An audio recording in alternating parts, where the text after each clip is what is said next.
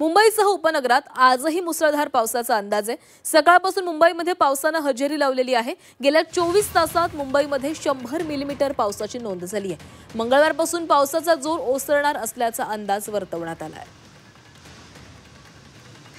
आणि याचाच आढावा घेतलेला आहे आमचे प्रतिनिधी ओम देशमुख यांनी। मुंबई, ठाणे, कोकणासह मराठवाड्यामध्ये पुन्हा एकदा पावसाने दमदार एंट्री घेतली आहे। खऱ्या अर्थाने गेल्या काही आठवड्यांपासून मुंबईसह महाराष्ट्रातील या भागांमध्ये होणारा पाऊस हळूहळू आता नागरिकांच्या, शेतकऱ्यांच्या चिंतेचा विषय बनतोय। मुंबईमध्ये आज पुन्हा एकदा खऱ्या अर्थाने दमदार पाऊस सुरू झालाय। मुंबईच्या उपनगरामध्ये या सगळ्या वातावरणामध्ये जर आपण पाहायला गेलं तर पावसाने दमदार एंट्री घेतली आहे। आज अनेक भागांमध्ये राज्यामध्ये अति मुसळधार पावसाची शक्यता सुद्धा व्यक्त करण्यात आली आहे। जर आपण पाहायला गेलं तर मुंबई, ठाण्यासह पालघर, कोकणातल्या या पट्ट्यामध्ये अति मुसळधार पावसाचा अंदाज आहे। तर रत्नागिरी, सिंधुदुर्ग, धुळे, नंदुरबार, अहिल्यानगर, पुणे आणि छत्रपती संभाजीनगरसह बीड या भागांमध्ये पावसाचा सुद्धा अंदाज व्यक्त करण्यात आलाय।